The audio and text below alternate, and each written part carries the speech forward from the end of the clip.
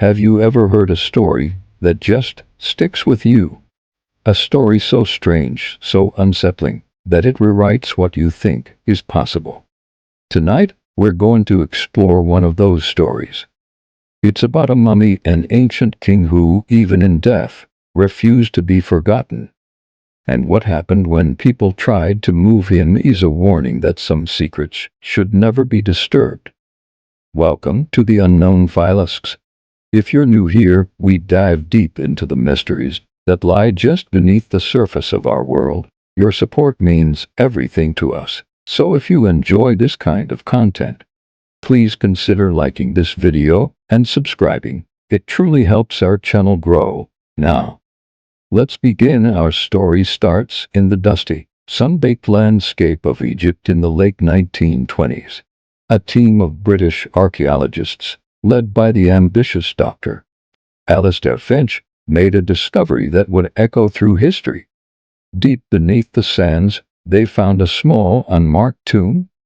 Inside lay a single sarcophagus. The hieroglyphs were unusual, speaking not of a great pharaoh, but of a forgotten king named Nebhather.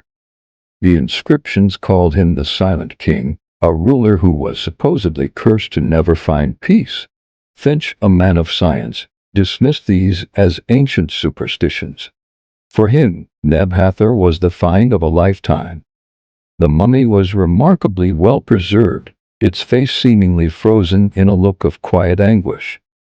The plan was simple: transport the mummy to the British Museum in London, where it would be the star of a new exhibit.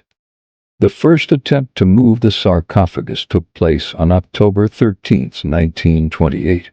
As local workers tried to lift the heavy stone coffin onto a truck, a sudden violent sandstorm erupted out of a clear blue sky.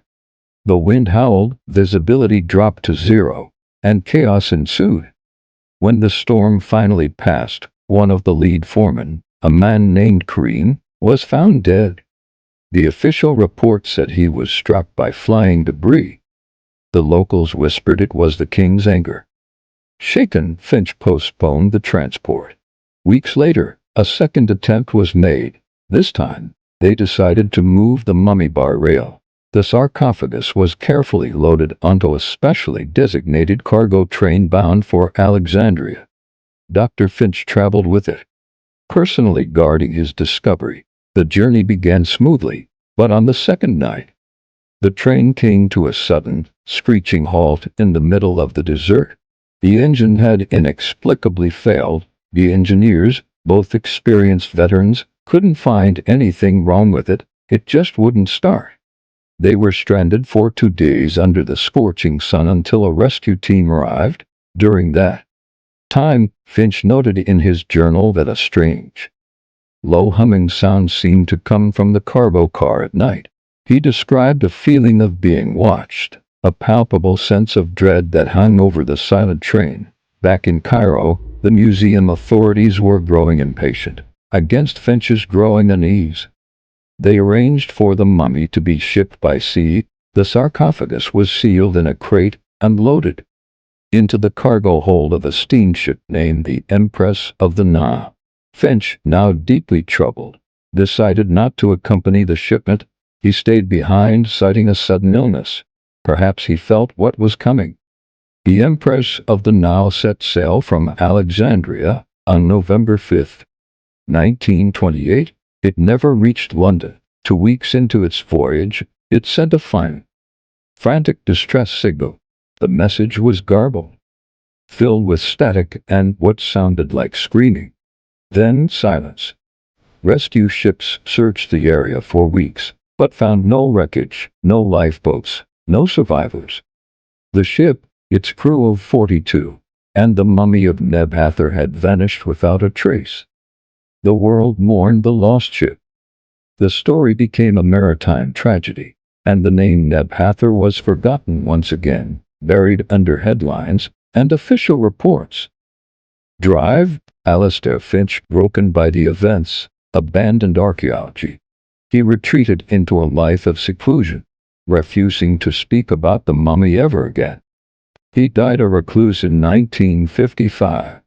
His journals filled with frantic sketches of a tormented face and scribbled warnings about the Silent King were his only legacy.